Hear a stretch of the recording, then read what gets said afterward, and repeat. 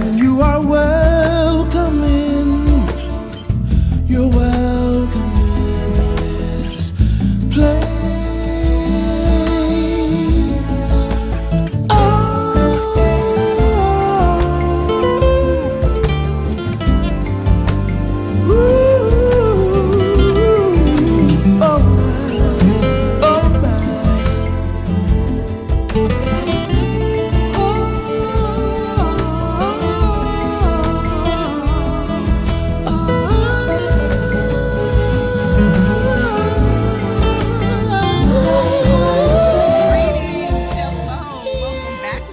Welcome back, Tracy.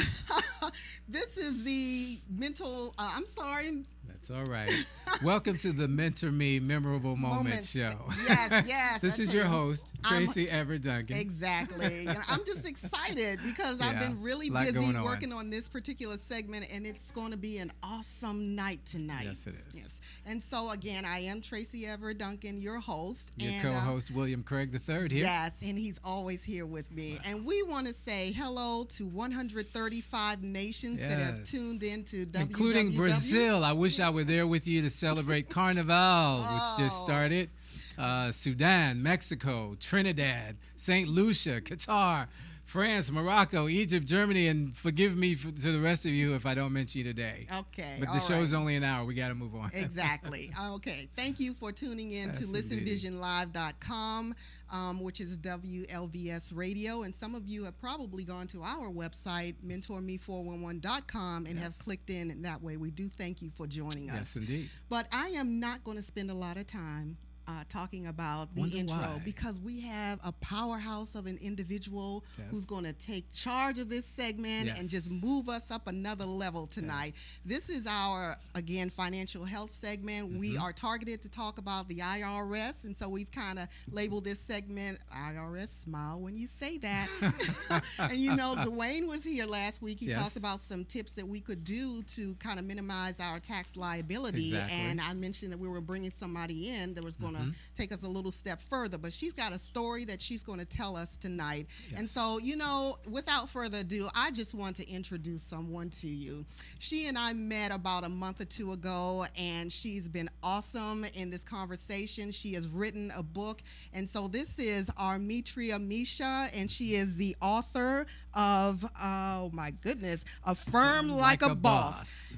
Affirmation of a Boss Chick. And I mean, if you can see her pop on that slide right there, just wait till you meet her. So, Armitria, welcome to MentorMe Memorable Moments. Yes, indeed. Thank you so much. We can't hear you. Oh, can you hear me now? 135 nations in all 50 states need to hear you. Awesome. Can you hear me now? Yes, I can. Awesome, Yes, I can. Welcome. Thank you so much. It's a pleasure to be here. And you brought someone with you. Absolutely. Of course, powerhouses roll with other powerhouses. All right. And so I brought my really good friend, one of my best friends, and my powerhouse business partners with me, Miss Ayana Muyang. Well, welcome. Thank you so much for having me. Moments. Okay, so you and I spoke, and I can't even remember how we got to talk, but it was such a moving and emotional story that you told during our conversations that I just had to have you on this program. So you know what? Let me just shut up and you open up. Okay, awesome. Well, as I shared with you when we first talked, you were sharing with me how much you love to share the wealth of financial health. And, you know, guys, last year, this time, I'm a mom of six amazing boys. Oh my God. Look, you would rather clothe them than feed them, guys. That's right. So I'm the mom of six amazing boys. You know, last year, and I was a domestic engineer. That's just a fancy word for a housewife. Okay. And my husband, a general contractor. Well, we really depended on, we exchanged time for money, if that makes sense. And last year was really hard for us. We had a government shutdown. Well, we really depended upon, you know, the government workers to utilize our services. Right. And of course, when that happened, everybody was clenching their dollars. So that put my family and I in a huge bind.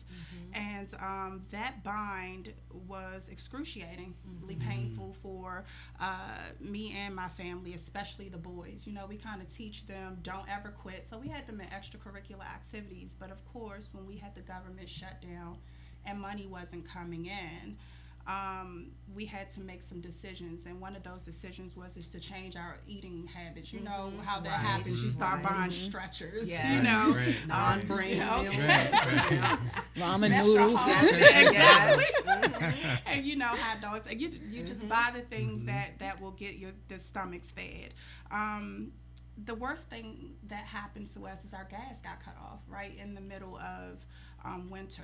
You know, and it was really hard for us. And in addition to that, in order to really feed our children at this point, I had to really make some decisions, and that was to go to the Department of Human Services and to basically ask the state for permission to their resources to feed my children.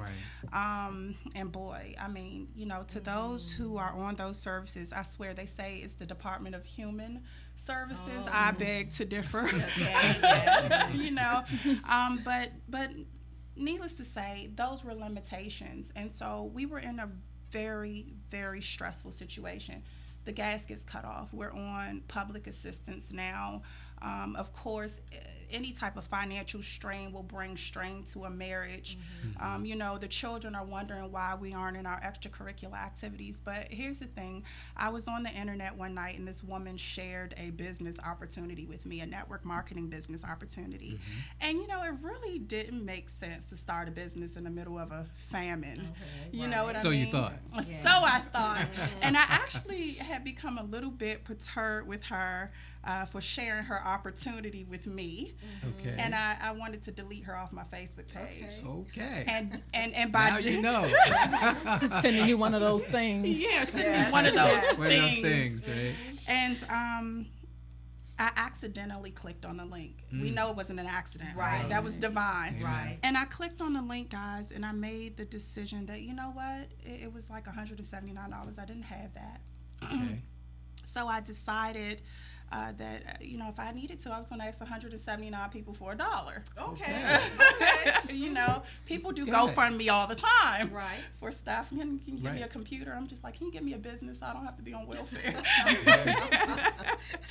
But I decided to take a plunge, and someone had sowed that $179 seed into me, and I made the decision, and I hope you guys get what I said. Hear the power behind what I just said. I made the decision to change. You know, I grew up on welfare. I did not want to leave that legacy for my children. That's not a legacy, guys, out there in all the different countries and across the U.S. Food stamps, Section 8 is not a legacy that you pass down to your children, even though some of us like to think so. That's not what I wanted to pass down. I wanted to give a generation of wealth, but I didn't know how, Tracy, you know.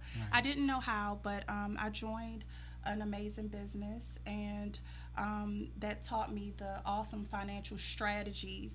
And now I no longer qualify for food stamps or welfare. That's not a bad problem to have out there. Not at all. That's right. You know, you go from here's $400 to eat, you know, to, you know what, you no longer qualify for this $400 because you make too much. And that's awesome. So it's just been a year, and I've cash flowed in over $55,000 from home. But you know, you told me about how you had to survive before you even made that business decision, or rather before you made that decision to get out of that. How you had to string up the electricity and the water, and I know people out there doing that too. Oh God, let me tell you guys, the poor always pays more, and let me put that in perspective for you. When that gas got cut off, my husband's a contractor. I said, look, however they cut it off, you need to go out there and figure out how to turn it back on. Okay, so I had the man down there messing with the pipes, and he turned it back on. But guess what? After a while, when they saw that we were stealing, because that's what that was, Right. Yes. stealing the gas, they came and put a lock on it. So now we're really cold, okay? Right. And then on top of that, the water gets cut off. And oh my God, you're in a house with 8 people and Right. there's no water. I mean, it's terrific. But we had a great neighbor who allowed us to run a water hose from his house to our house, which is, I mean, it was just painful. But let me say this to those who are out there who may be experiencing anything that looks remotely like what I was going through.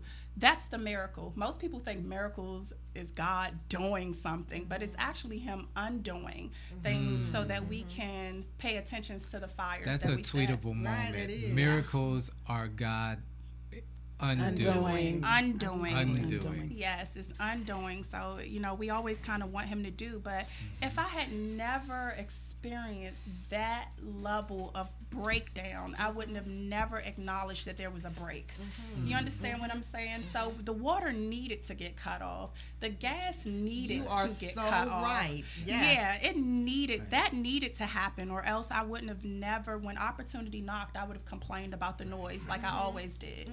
I often tell some of the women that I teach in financial management that you can tell when it's time to leave, and it's time to upgrade, because your environment will spew you out. Oh, yeah. It doesn't It want gets you there. uncomfortable Yes, real quickly. exactly. Yes. And you have got to go. Don't fight it. Just get up and go. Recognize the signs of change. And I think what I heard you say was you gave yourself permission to change. Yes. Oh yeah. And that's what so many people need to understand. You don't have to continue the cycle. No. You can Exactly. give yourself permission to do something else. That is incredibly correct. And after giving yourself permission, you have to make a move. Okay. And that's what I heard her say. Yes. She made a move. She Right. made a decision, and then she made Took a move. action. She That's took right. action. Yeah. Exactly. Right. Well, that sounds like everything we've been That talking we've been about talking. for the It's past all few divinely months. aligned. Wow. Yes. Yes. Indeed. You also told me that your first trip out, Yes. you came back with a check of, I think, a little over $3,000. Yes, and 45 days later, as a result of not complaining about the noise of opportunity knocking, I became about $4,000 richer. Wow. Okay. So we were able to get that gas cut back on. Now, let me bring this back into perspective. When I say the poor always pays more. Right. When I went to go pay the gas bill, what we owed, they had charged us double for the gas that we had stolen. Oh, wow. So that's why I said, wow, the poor always Wow. pays more. So, when we do things Right. Right. And that's what we should expect. Yeah, yeah. God Yeah. is a good God. Actually, you He got is a off good cheap God. because in the Bible it says when the thief is caught, he pays 7 times. So Ooh, you got I away know, with right? twice. She got double. Praise God. You got off. Got all good. That was the laws of grace. There's the victory in that. That was grace. Okay, so now you're coming out. Yes. And I've seen your pictures Yes. on social media. Yes. And Oh, it girl- was not girl this is- look. girl is Okay, fabulous, something though. is going This on is with Yeah. this the look. Phoenix. Yes. This is the Phoenix. Rising from the ashes. Oh God, you know what? And you know what? I think I just woke up one day and I was like, you know what? Forget it. I'm going to stop living by everybody else's rules. That's And I think right. this is the biggest mistake that everyone makes. I remember trying to go to college because that's what we're kind of taught at home. You do this, you do that, Right. and this is what you. But that wasn't kind of like where I was called. I'm a powerhouse in my own right, and I'm no longer afraid to say that.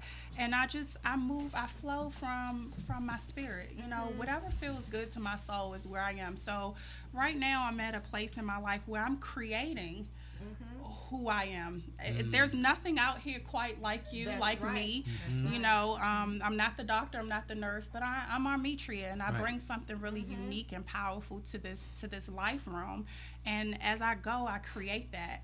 And I'm learning that as I walk in that authenticity, I am rewarded greatly for that. Wow. Yeah. That's powerful. Yeah. And that's You will be rewarded for being you. How about that? Yeah, Huh? take that. Huh? Treat that Nobody way. else like You you will be but you. rewarded for being you. But I love it. Armetria, now take us into this book, because I'm hearing Yeah. this book come out of you. Yeah. Boss chick. it's oozing. It is. It's It really oozing. is. It's oozing from me, The guys. very essence of you is in this book. Oh yeah, Absolutely. yeah. I mean, you have to be a boss chick or boss dude to wear a red streak of hair because you can't really go on a normal job and Have to own it. or wear black lipstick on your job. You know, At least not to the interview. not for the interview. Okay, so it's about giving yourself permission. One of the things that I noticed is that I had a really negative mindset, and my mindset was creating this reality around me, and that's what I was talking about when I said, you know, I learned, you know, from my husband, we're kind of, you know, two different beings. However, he's more of the survivor, and, you know, God is steady speaking to me. Don't be the survivor, be the creator. Yes. You know, Yes. you create. That is we're all made in that likeness and in that image, and so we are called to create, right? And so Affirm Like a Boss is about using your mental vibrations and your vocal vibrations to speak forth and bring forth a physical manifestation. And a lot of people don't realize that they talk themselves out of blessings, think This is so themselves true. out of abundance Yes. because we tell ourselves things like, you know, well, I'll never be able to do that. Or maybe we're agreeing with something that's expired, you know, an aunt or uncle or someone that you grew up with. I remember a teacher told me one time, that, you know, she told another student, you know what, the sky is the limit for you. However, Armetria on the other end. But, you know, with all of these people listening, you know what, Miss Coates, you were absolutely right. The sky was the limit for that student because, honey, there's footprints on the moon. Miss Coates, are you listening? There is Are you? footprints on the moon, baby. I hope Miss Coates has tuned in. Got to the universe. So, you know, the sky was the limit, but the sky isn't our limit. We can go so much further, and that's what Affirm Like a Boss is. So basically, I take the reader through why you want to affirm, Okay. how to affirm, and then I give you a blueprint of affirmations for 30 whole days.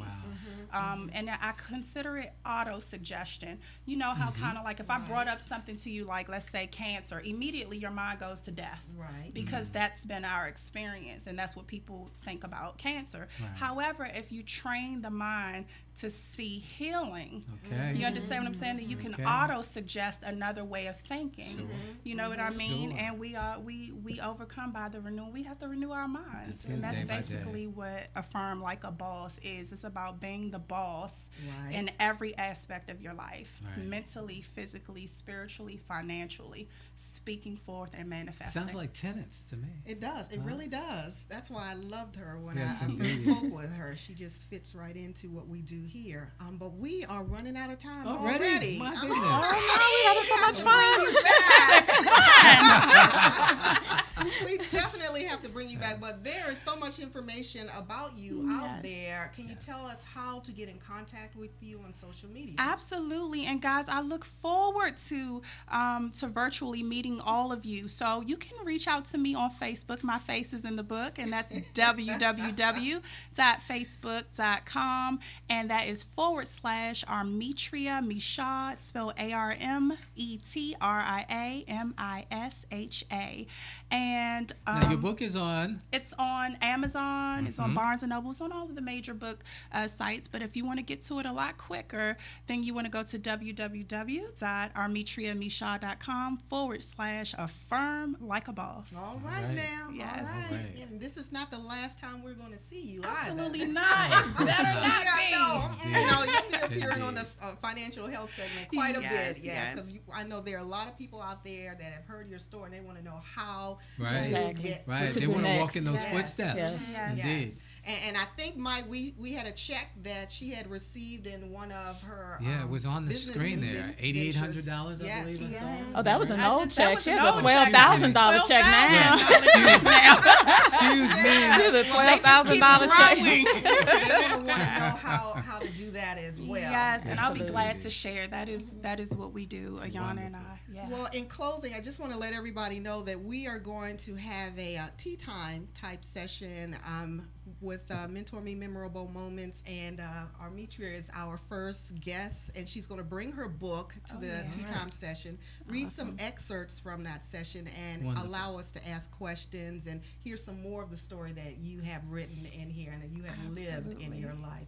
So I do want to thank you for coming out and visiting with us. Tracy. And you have that option, like we offer all of our guests, to stay for the second segment. It's going to be just as powerful as the first. And so what we're going to do right now for everyone is we're going to... Let me take a guess. We have a video. Well, yes, we do, because we need to introduce this segment. This is someone that our fashionistas has brought in, and he's got a mighty, mighty story to tell about something. Indeed. We've been talking about, if you're going to dream, then dream big. That's Yeah, right. absolutely. And this one has done that for indeed. sure. And So made a mark that is not going to be that's right, erased. and found his niche. Yes. That's it. Put his stake in the ground, and don't even indeed. try and take that from him. Indeed. But until then, let's take a look at this video. This is on the DC Fashion Week that's coming up in February 18th through the 21st. And this is going to give you an indication of who we're bringing in on this second segment. If you are not connected with us on social media, you're going to be surprised. You're watching Shy TV. You are watching Shy TV.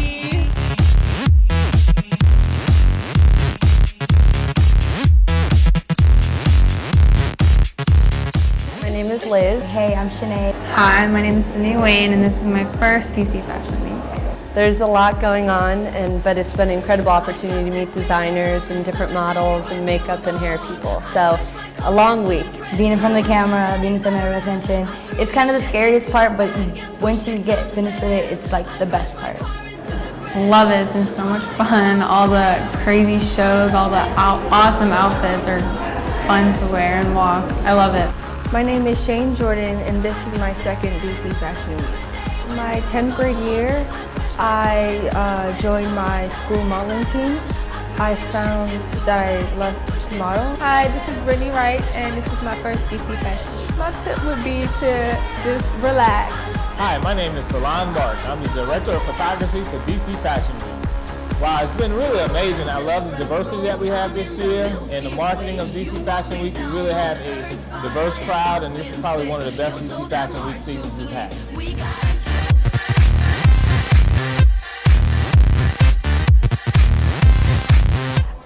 I live in Thailand, and I work with my women tailors there, and we use in this collection natural fabrics from the hills in Thailand, and hand-woven pieces and hand-woven silk and hand-painted items.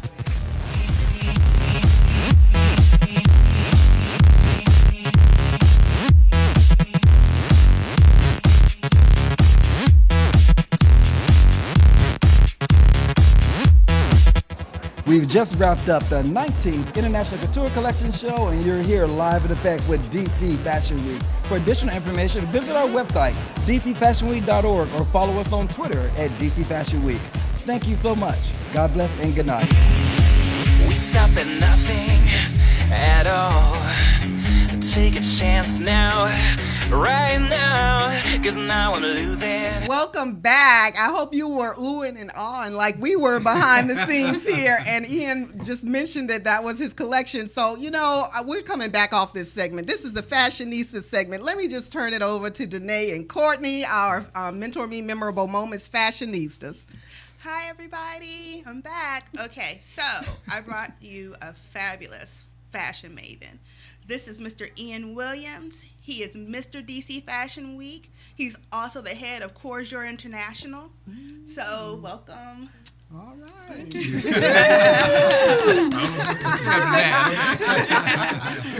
That's great. My first question is, for all the people who aren't really familiar with DC Fashion Week, is where did you come up with that and how long has it been going on? Well, we just celebrated our 10-year anniversary. We're celebrating all year long. DC Fashion Week is a professional trade show held in the nation's capital during the months of February and September. We are a nonprofit organization, so we operate a little bit different than other fashion weeks. And I say that to say that we don't forget what the most important element of it that is. That is for the talent, the design and talent, to introduce what they have to offer to the fashion community. And we know by a lot of other markets, it's extremely expensive to do that. So what started the birth was, I was also an established fashion designer, and I decided to come up with a brand new collection. It was held in a very beautiful arena, the Ronald Reagan space. It was sponsored by Hummer. I was all excited. I'm sure. Okay. And I was, a 40-piece collection. And after I did the collection, afterwards I was waiting for the phone to ring. And I was waiting to hear people talk about it. I was waiting to see articles on it. And then I discovered that there wasn't a professional trade show for clothing in D.C. Wow. So I decided to go to another market. I'm not going to shout them out, but New York. And I inquired about doing a very similar showcase, about 20 minutes, and I was given a 6-figure budget.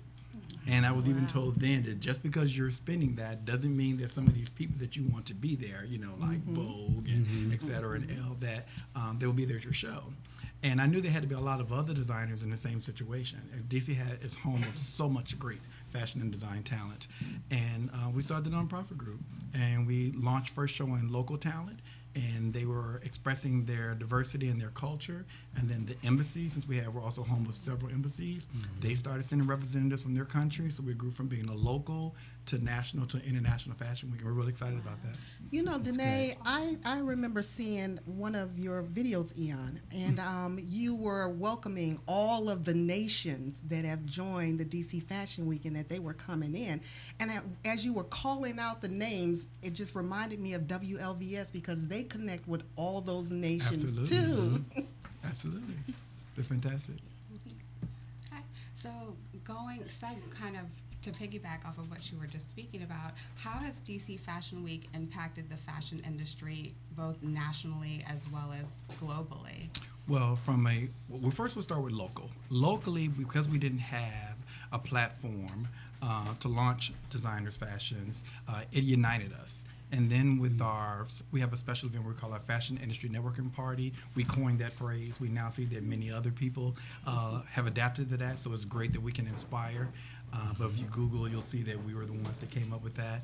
And it was just a way to allow people that had this talent that wasn't connected to another association. So we saw graphic artists that wanted to work with publications, there were bloggers, there were makeup artists, there were nail-ticians, there were people that wanted to design shoes, there were legal representatives that wanted to help designers trademark their designs. We just saw there was so much, and we saw how even with government there was a particular visa that they wanted to pass for models visiting the United States, and they need a special visa to come do work for that short period of time. So we do know that being, the nation's capital, we form laws here that, protect the designer and protect the community. Why not also let it be a great platform for launching fashion talent?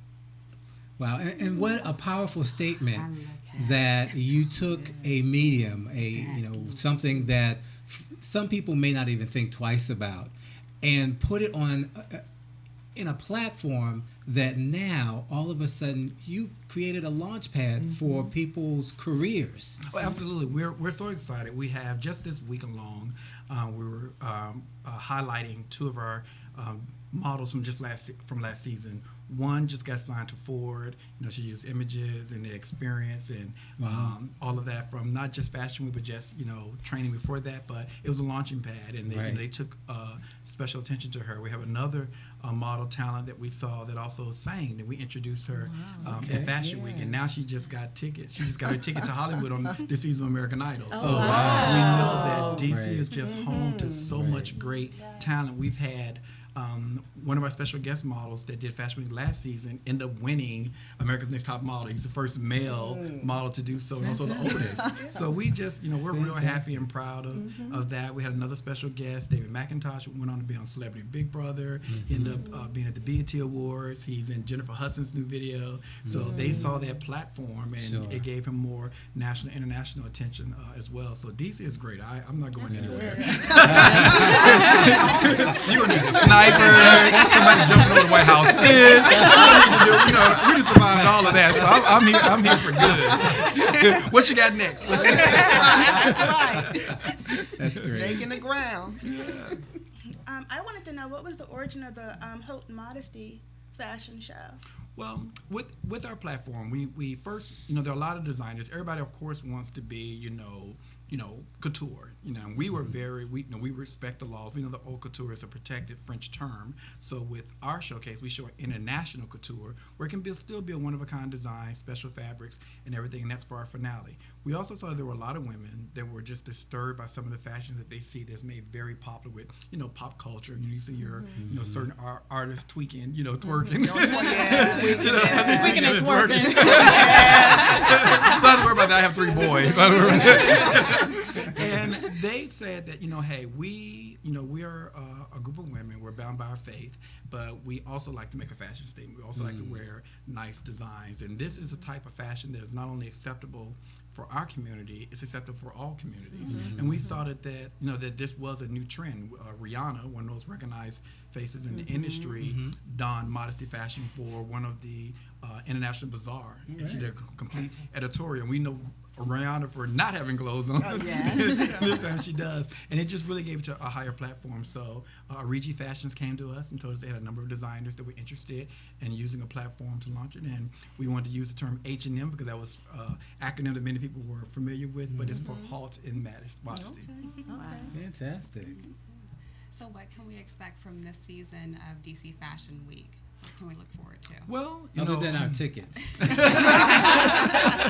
You have your people call my people.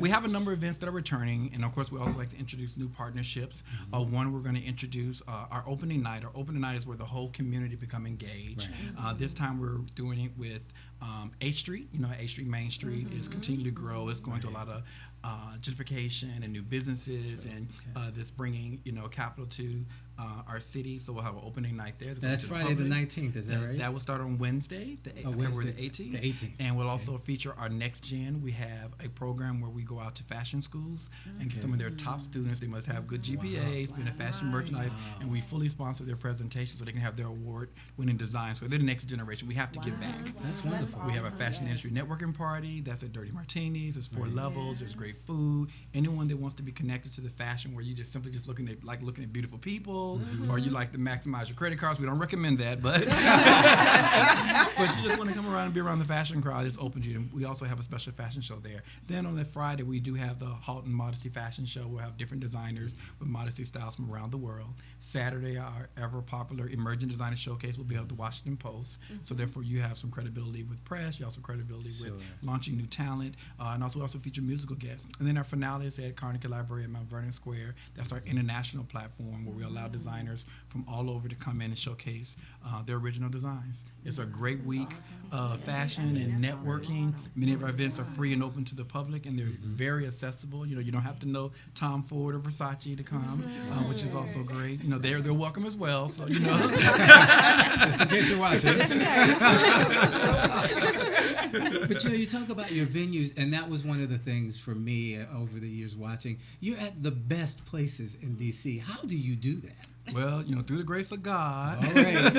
And great support with our team. And we just know that Washingtonians are a different group of people. You can have a fantastic venue, and certain people are going to visit on a Monday, some on a Tuesday. You can go to a hot club, and you'll see, as you move around the city, we found that most people, they will support you all week long, but they don't want to come to the same place. They want a different flavor. Okay. So just like if you go out for happy hour with your friends, you're going to go here one day, you're going to go somewhere else. And DC has so much to offer that is just great. So we're happy that we have partnered with so many of these venues, and they support DC Fashion Week. Great. Well, I know. I was at all of the events last season, and what I thought was really amazing is how many people show, but how different everybody's stuff is. Where do you get your inspiration for couture? My inspiration is a number of things. Sometimes a color palette. I mean, the weirdest thing happened to me one day. I was just, downtown, and I was jumping over a puddle, and I saw how the oil and the water gave this rainbow palette, and I was like, I wish I could find some fabric like that, you know. And I went to New York, and I was trying to find something like that, and that was my inspiration for that collection. A few years ago, I was wanting to support a lot of cancer charities, and they were asking for specific gowns of red, and I only had like a few in my collection, so I did a whole entire collection for that. And then just a few seasons ago, I did a complete pink collection, you know, also for breast cancer. So it varies. So what, you know, this time I'm inspired by geometric patterns. I happened to just clip through one of the old Whitney Houston movies, and I saw there was in Arizona, and I saw that Aztec print, and that's the inspiration for my new collection. Okay. So is there going to be anything for like middle-aged men in fashion doesn't collection. Have a number. Good fashion works for everybody, from the cradle to the grave. Okay. I think I fit in that category. It's not what you wear; it's how you wear it. Okay. Yes. Absolutely. Well, I would like to ask you, in your personal opinion, who would you say are the top fashion influencers here in DC? Let me see the top 5. Me. No. I'm kidding. I really am kidding. It finally comes out. No, I'm really joking. Okay. Well, first of all, one of the things that put a great spotlight on fashion, you know, over the past couple of years has been our First Lady. Our First Lady has been Michelle. She's been able to appeal to, you know, all different classes of society, from, you know, your average everyday worker to your diplomat to your celebrity. She wears some fashions that, you know, women of all different backgrounds, whether they're home givers, they're women in corporate America, on, you know, Wall Street, or fashionistas, they can look and be inspired by some of the things that she wears. So she, of course, is one. The Washingtonians themselves, you'll never find an area with so many naturally beautiful women with good spirits, good education, head on their shoulders, and really, you know, being bosses, as we heard earlier today. And with that, we see that because we are, you know, the 4th largest economic region in the United States, you have a lot of women of affluence, men as well, and because of that, designers have decided to establish themselves from a retail presence. So every major fashion designer has a retail presence in DC. So when we often hear that people don't think of DC as fashion, that's because our first 2 industries are tourism and politics. Right. But when they're finished with their day jobs, you know, we turn the fashion on. So that's great. So there are so many icons that are here that are doing fashion, from a number of great producers that, you know, one of my good mentors, Glenn Jackson, he does a lot of great work with hair. One of the legendary foreign producers, Harvey Washington, does a lot of things for recognizing talent from your average commercial model to high fashion model. Just there's so many to name. Right. So for a young person starting out, coming out of college, and they're saying, okay, you've given me some hope, what's the next step? What's the next step for them? Well, here we have a lot of great organizations. We have one of the organizations supported by the government, with the Greater Washington Fashion Chamber of Commerce, with Christine Brooks Cropper. She's doing a lot of great things for the fashion community. You have another talented producers like Megan Francois. She's doing Crystal Couture. She's a great producer for that. We have Harvey doing the night of 100 stars. He's representing a lot of urban models and giving them a platform that they would not receive anywhere else, which is great.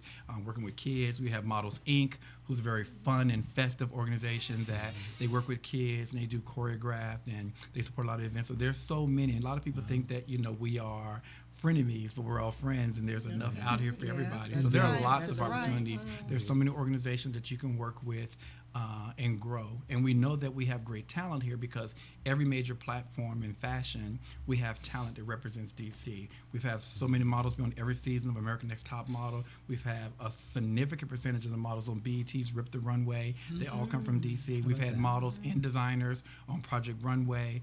So just every platform you can think of in terms of the fashion industry, they're taking notice to with DC. And many of our designers are now getting recognized by one of the most prestigious publications, British Vogue. They feature at least almost 10 of our fashion designers from DC, which is great. It is. So it's growing. It's through great support, like, you know, media, of course. So definitely thank you, and just the fashionistas. So it's a great time for fashion in our city right now. Great. So here we go.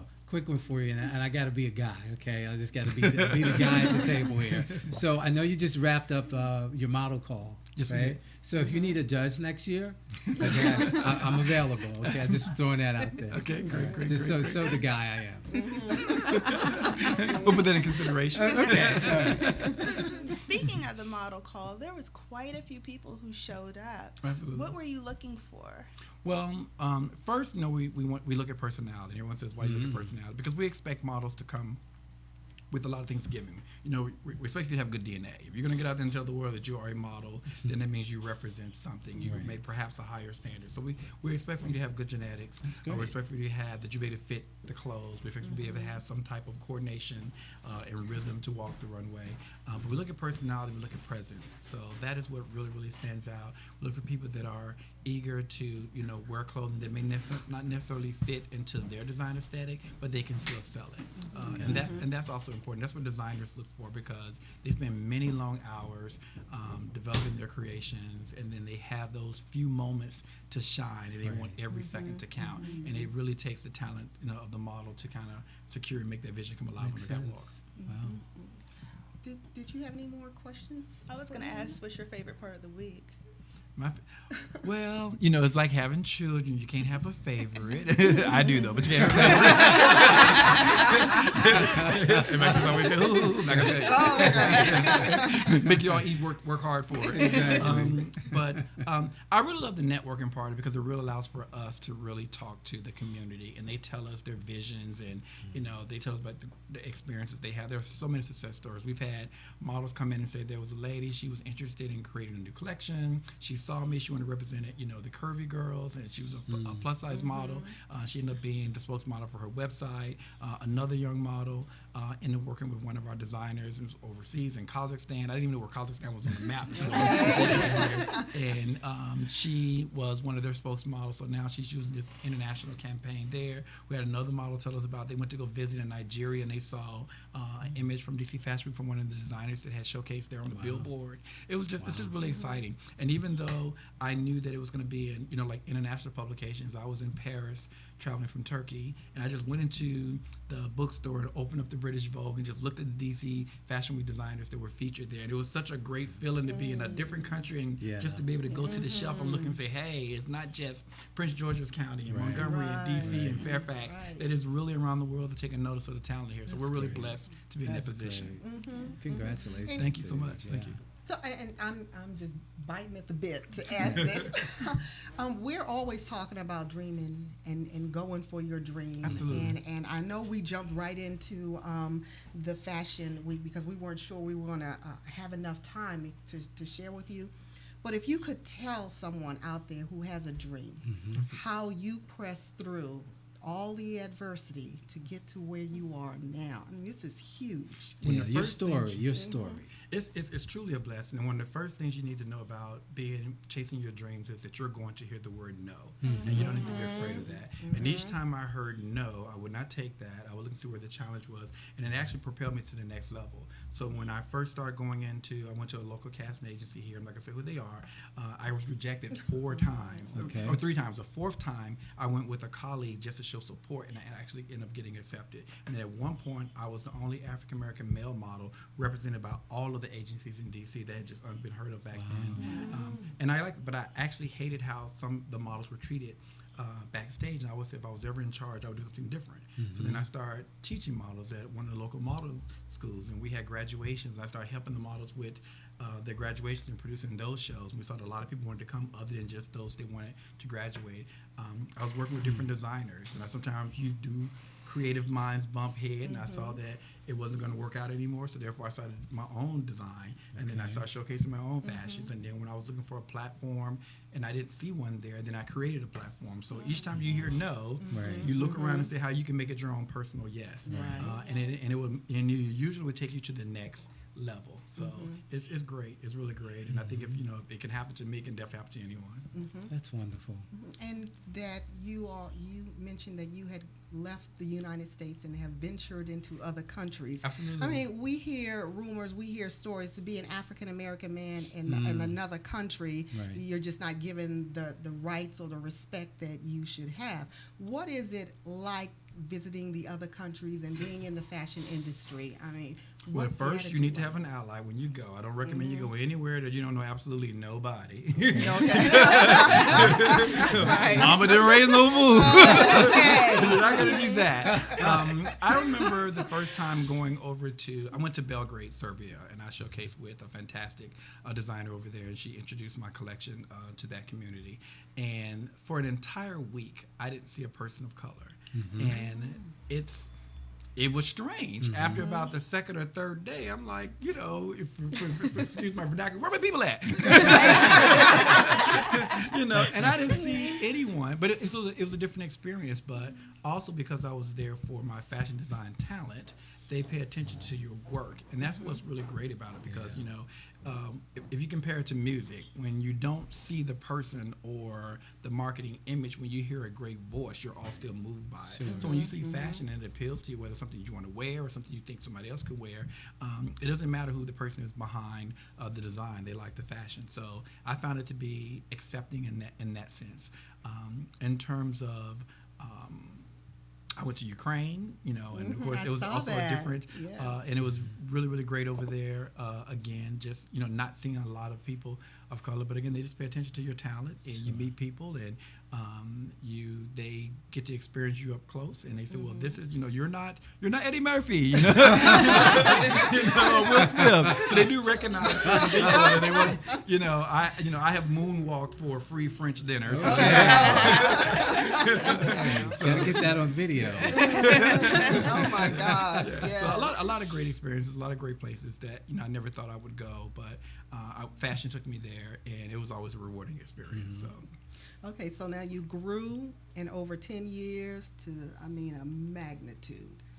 Where are you going in the next 10 years? Well, hopefully me and my team, because it's not just me, that we're all going to go. I'm loving to help everyone on my team reach their dreams. We have people that want to be stylists. We have people that want to open their own publications. Some want to start their own modeling agencies.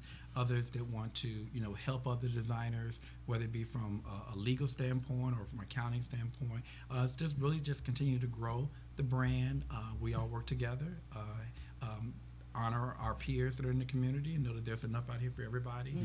And it's just great. So continue to grow. Our ultimate goal is to make DC Fashion Week the Olympics of Fashion Week, so that each country wants to send some of their best new talent to Washington, D.C. to showcase and introduce themselves to the fashion community. Okay. That's great. Anybody Excellent. else have any other questions for Ian? Okay, well, good job, fashionista. Well, good yes, job. So much. Their acronyms are D and C, so DC's. Oh gosh, I think what we'd like is for you to look at that blue light and let everyone know how to connect with you on social media, so that if they have any other questions or they want to join Fashion Week, DC Fashion Week, how to do that? Well, we have a number of volunteer opportunities. Our website, of course, is dcfashionweek.org. You can follow us on Facebook, facebook.com/DCFashionWeek. If you want to know about how crazy my life is, you can follow me, Mr._DC Fashion Week for my anagram, Instagram. And then for Twitter, it's twitter.com/DC Fashion Week. Because of social media, that's been our approach. We now are second in terms of largest social media followers of the Fashion Weeks in North America. Wow. So we're the fourth largest fashion week in North America, but for social media, we are number 2, right behind New York. So we're coming after you. So now look, it sounds like a reality show should be in the making here. It does. It really we're doing a number of things, and we've been approached every season, but we don't want wretchedness, so therefore we are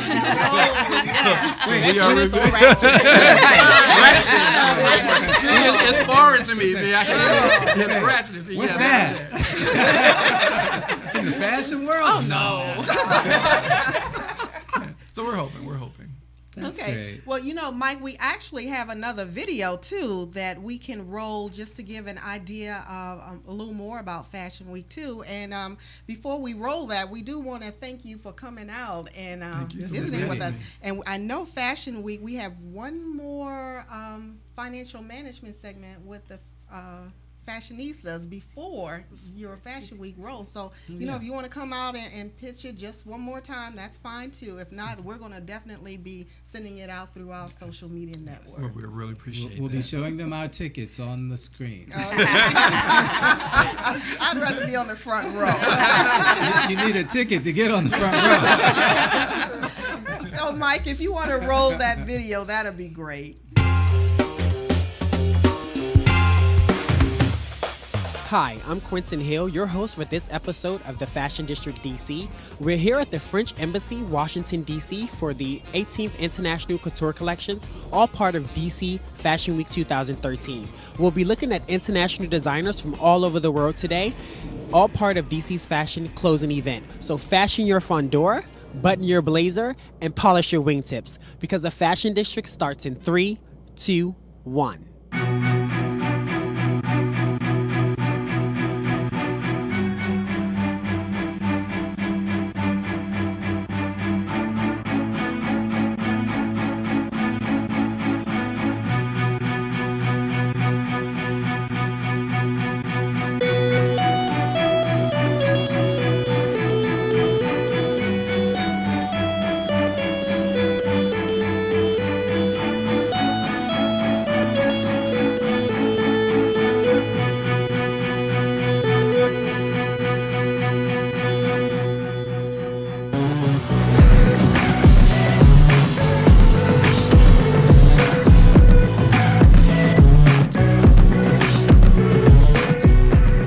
A little bit about the design you're wearing and how it makes you feel.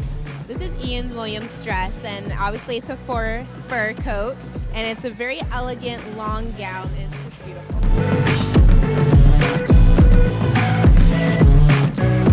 I am wearing a Couture International Original. This is circuit, I think, 2009. I'm here with Enroll. Nice to meet you. You look amazing. So can you tell us, how do you feel in Ian Williams' designs? I feel very elegant. This is all very sequinish, and it really hugs your body, and it has big ruffles in the bottom. I love this dress. So I'm here with the amazing Ian Williams, the creator of DC Fashion Week. How are you doing today? I'm doing well. I feel very, very blessed and honored and privileged to be able to present this platform to Washington, D.C., and they came out in, fantastic support, and I just feel like overwhelmed. So I'm very, very relieved that it's over, but also very ecstatic that, that we gave birth to such a great platform this evening. So what made you start DC Fashion Week? What was the inspiration behind this whole affair? Well, I did a little research on other fashion weeks to just find out really how do designers really get established in the fashion industry? How do they attract buyers and get press? And I saw that one of the vehicles for that was a fashion week, and I was really surprised that Washington D.C. didn't have one being the nation's capital. So I decided to showcase in another fashion week initially, and I looked at just the enormous cost, and it was well into the six figures for what I wanted to do for a presentation.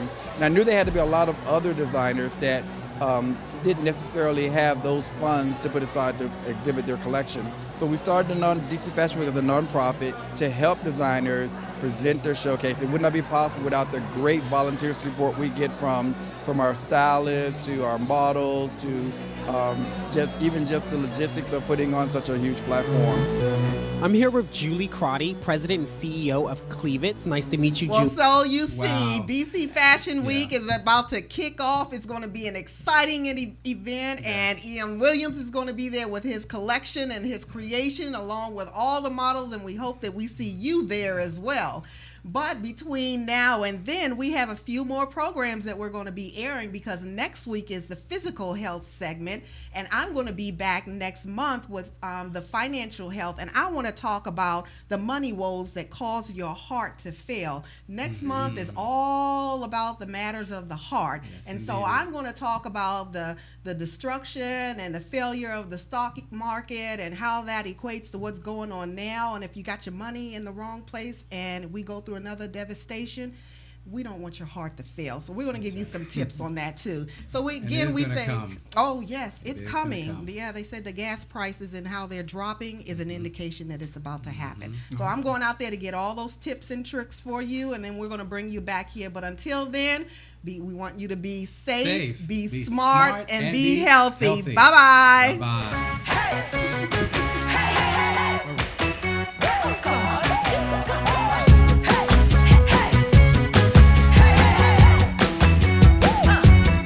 Well, I wear my clothes like this because I can. And I wear my hair like this because I can. And I walk around like this because I can. And I do my thing like this because it's who I am. And if you expect me to give you an apology for being nothing that you're used to, go right ahead and wait. Hold your breath and concentrate. Keep holding till your face turns blue. My road ain't your road, but just I know just where I'm going. And my flow ain't your flow, but just I know just how I'm flowing. I'ma do my thing. Please feel free to hate and complain. I'ma do my thing. Say what you want, but this one ain't gonna change. I'ma do my thing.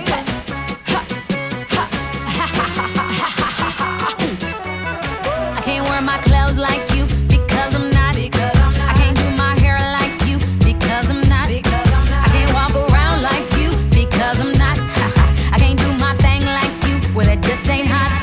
And if you're expecting me to give you an apology for being nothing like you used to, go right on and head away. Hold your breath and concentrate. Keep holding till your face turns blue. See my road, it ain't your road, but trust I know just where I'm going. In my flow, it ain't your flow, but trust I know just how I'm flowing. I'ma do my thing. So please feel free to hate and complain. I'ma do my thing. And say what you like, 'cause this one ain't gonna change. I'ma do my thing. You don't know where I'm going, and so you think I'm lost. I ain't on your page, okay? So to you that means I'm off. When I dance to the beat of a drummer you don't hit and you dance it. So if I look off beat to you, well the problem must be you, not me. Irregular but never irrelevant, unusual but never uncool. You're not cut from my clothes, you don't get me. Well, I